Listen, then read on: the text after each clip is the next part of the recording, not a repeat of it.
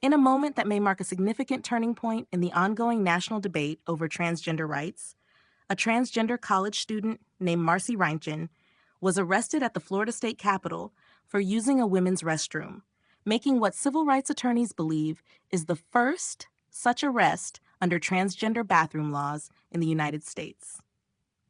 Welcome to In the Know News, where we bring you the stories shaping today's world with clarity, depth, and perspective. In this report, we dive into a story that is at once deeply personal and politically charged, a story that's already sending shockwaves across the country. On March 19th, 20-year-old Marcy Rheintgen walked into the Florida State Capitol in Tallahassee and announced, "I am here to break the law." With those words, she entered a women's restroom, washed her hands, and prayed the rosary, actions that ultimately led to her being led away in handcuffs by Capitol Police. According to the arrest affidavit, officers had been pre-warned and were waiting for Rheintgen upon her arrival.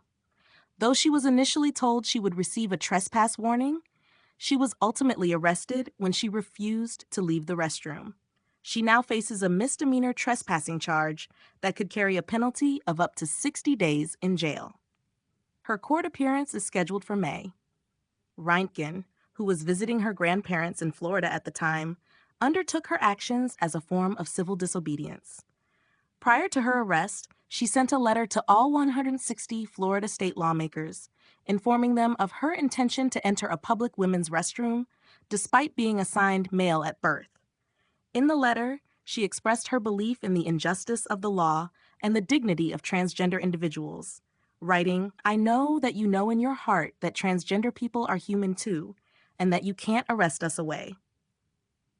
Florida is one of only 2 states, along with Utah, where such actions are criminalized under state law.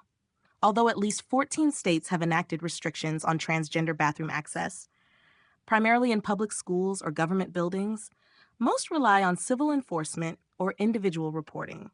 In many cases, laws are vague or unenforceable, with states like Alabama, Kansas, and North Dakota offering no clear guidance on how violations should be addressed.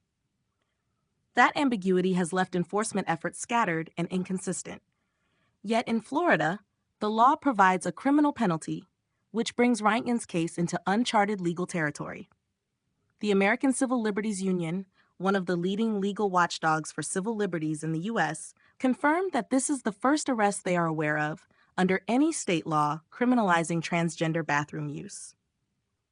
Senior Staff Attorney John Davidson underscored the unprecedented nature of the case, calling attention to its broader implications for transgender rights and the legal boundaries of public access.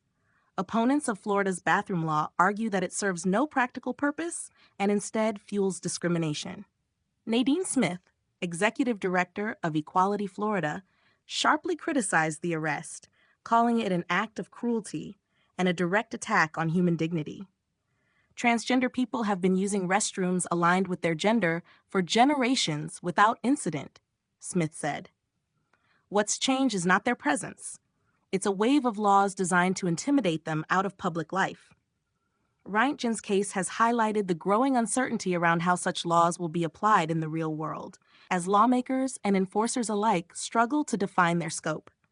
While Florida lawmakers like Representative Rachel Placon and Senator Aaron Grahl, sponsors of the state's law, have argued that it protects women and girls in single-sex spaces, they have not yet publicly commented on Rheintgen's arrest despite multiple outreach attempts.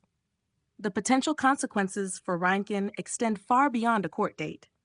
If convicted, she fears incarceration in a men's facility, the forced cessation of her gender-affirming treatment, and loss of her autonomy. "I can't have any expectations for what's going to happen because this has never been prosecuted before," she said. "I'm horrified and scared." Despite the personal risk, Rheintgen says her decision was motivated not by legal provocation, but by personal pain and frustration at seeing a place she once loved grow increasingly hostile toward transgender individuals. This case is more than just a legal first. It's a flashpoint in a broader cultural and political battle unfolding across the country.